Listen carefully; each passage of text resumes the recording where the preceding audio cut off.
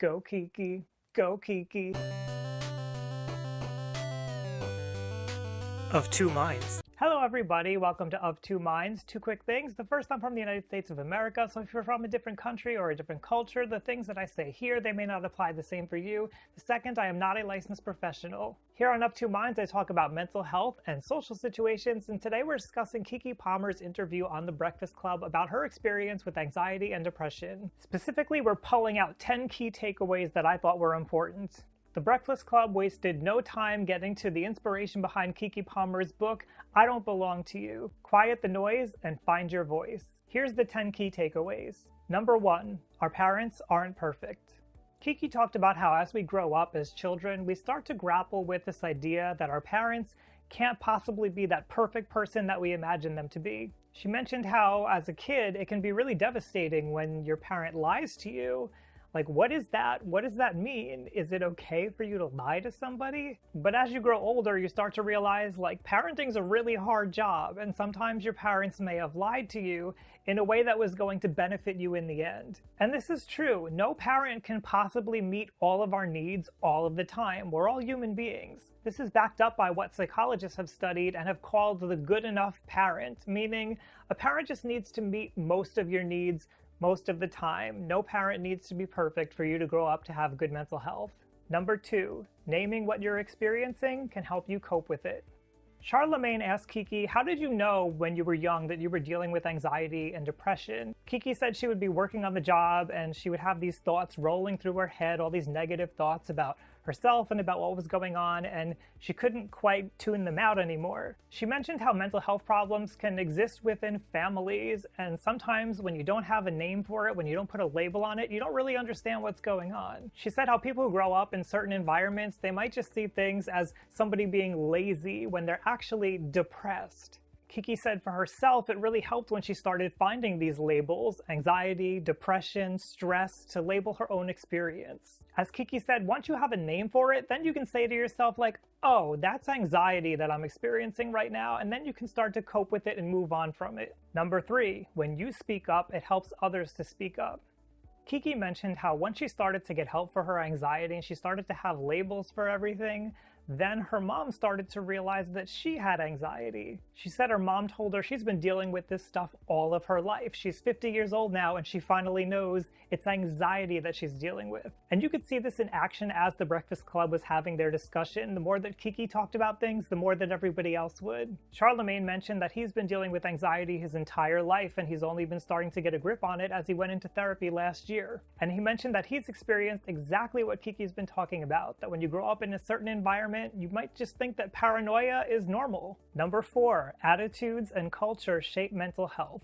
Keke mentioned capitalism and corporatism and how as a worker under these systems, you can just grind and grind and grind away every day and feel like your work really has no purpose and your life maybe has no meaning. Keke mentioned that this seeps into her everyday life, that she'll be out with friends and family and she'll feel guilty that she's not doing something, that she's not working. Angela Yee chimed in and she said that for her, she has a way that she copes with this. She schedules in time for vacation, or she'll schedule out a spa day. That way she has something that she can look forward to. Number 5, media shapes mental health. During the discussion with the Breakfast Club, Charlamagne mentioned that sometimes he'll have irrational fears. He talked about seeing things on the news and feeling like they're going to happen to him and he's got to prepare for them. Keke said that she thinks that this is a problem with America in general and the media reinforces it. The conversation rolled into how young people who are very impressionable can be influenced by the media. Keke was talking about how when you're young, you feel like every moment is going to last forever. So when you're young, you may see something on the TV or in the media where somebody does something like takes their lives, and then you may impulsively make a decision without thinking through the consequences of that decision. But they also talked about how these images that we see in the media, they affect everybody, not just kids. Like Keke said, no matter what you want to think about it, we're all humans. When you see something horrifying, it affects you. And when you see it repeatedly over and over, it starts to normalize things that aren't normal. Charlamagne added that regular life is giving us PTSD and social media is adding to it. Number 6, attention isn't love. From there, Keke talked about how we try to use social media to gain attention, approval, and ultimately love. She said when we don't get things like likes or hearts or all these things that validate us online, we start to question ourselves and wonder, like, what am I doing wrong? What's wrong with me? Guilty. When you don't like my videos, when you don't comment, I'm wondering, what did I do wrong? But Keke called it out and she put a label on it. She said these are irrational thoughts. She also talked about how we equate attention with love, but love is not attention. Love is just a simple acceptance of people for who they are. DJ Envy said for him it helps to turn his phone off whenever he's around his family. Charlamagne mentioned that that's what his therapist says to do too. Keke said phones are a big trigger for anxiety and depression. Number 7, people need help with self-esteem.